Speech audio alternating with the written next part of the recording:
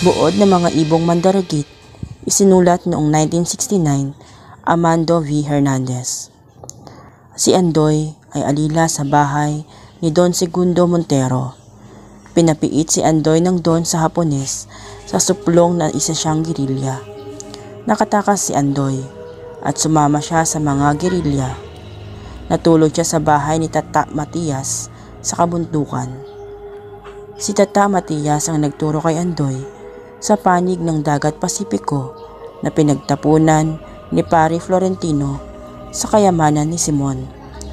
Nasisid ni Andoy ang kayamanan ni Simon sa tulong ng dalawa pang mga gerilya, sina Cario at Martin. Si Cario ay namatay na makagat ng pating.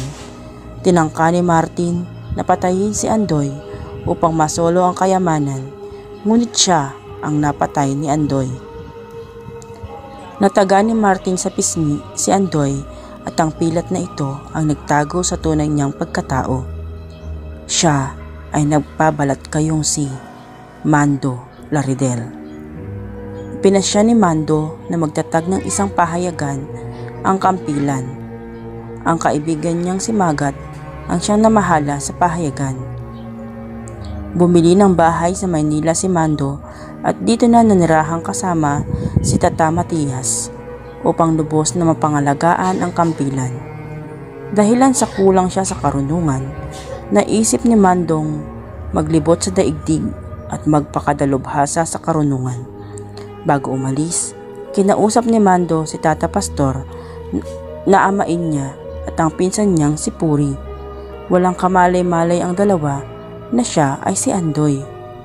Sinabi ni Mando na siya ay tutungo sa ibang bansa, ngunit lagi siyang susulat sa mga ito. Sa Paris, nakatagpo ni Mando si Dali Montero, anak ni na Doña Julia at Don Segundo na mga dati niyang amo noong panahon ng Hapon.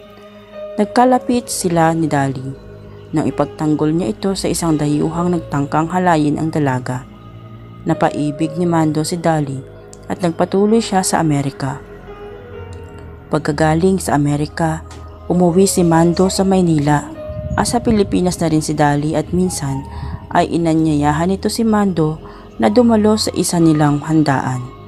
Ipinakikilala ni Dali sa mga panauhin si Mando na isa sa mga iyon ay ang presidente. Nagkaroon ng masakit na komentaryo ukol sa Kampilan at sinabi ni Mando na ang pahayagan niya ay nagsabi lamang ng pawang katotohanan. Pinaratangan ng mga naroon na laban siya sa administrasyon ang Kampilan. Nalaman ni Mando na hindi na si Tata Pastor ang katiwala ni Don Segundo. Ang mga magsasaka ay lalong naghirap. Isang kapitan pugot ang ipinalit ng Don kay Tata Pastor. Nagdaos ng isang pulong ang mga magsasaka sa asyenda. Naging tagapagsalita pa si Mando, si Tata Pastor at si Senador Maliwanag. Tapos na ang pulong at nasa Maynila na si Mando nang masunog ang asyenda. Pinagbibintangan ang mga magsasaka at kabilang si Tata Pastor at nahuli at binintangang lider ng mga magsasaka. Lumuwas si Puri at ipinaalam kay Mando ang nangyari.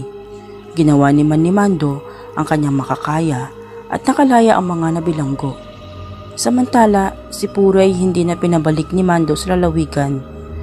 Itinira niya ito sa isang dormitory ng mga dalaga at pinag-aral ng political science sa UP. Minsan ay dinalaw ni Mando si Puri sa tinitirahan. Noon tinanggap ni Puri ang pag-ibig ni Mando. Sa wakas, ipinagtapat ni Mando kay Tata Pastor at Puri na siya si Andoy na malayong kamag-anak. Hiniling niya kay Tata Pastor na makasal sila ni Puri. Minsan ay dumalo si Mando sa isang komperensya para sa mga patnugot ng mga pahayagan. Nalaman ni Dali na naroon siya kaya inanyayahan sa kanilang bahay. Nakilala ni Don Segundo si Mando at nagkapalitan sila ng mga masasakit na salita. Doon ipinagtapat ni Mando na siya ay si Andoy na dating alila roon. Noong una ay ayaw maniwala ni Dali, ngunit nang ulitin iyon ni Mando ay buong hinagpis na tumangis si Dali. Sa tulong ng pahayagang Kampilan at ng himpilan ng radyong ipinatayo ni Mando, Patuloy na tinuligsa ni Mando ang mga masasamang pinuno ng pamahalaan. Nalaman ni Mando na si Don Segundo pala ay puno ng mga smugglers. Hindi nagtigil si Mando hanggang sa mapabilanggo niya si Don Segundo.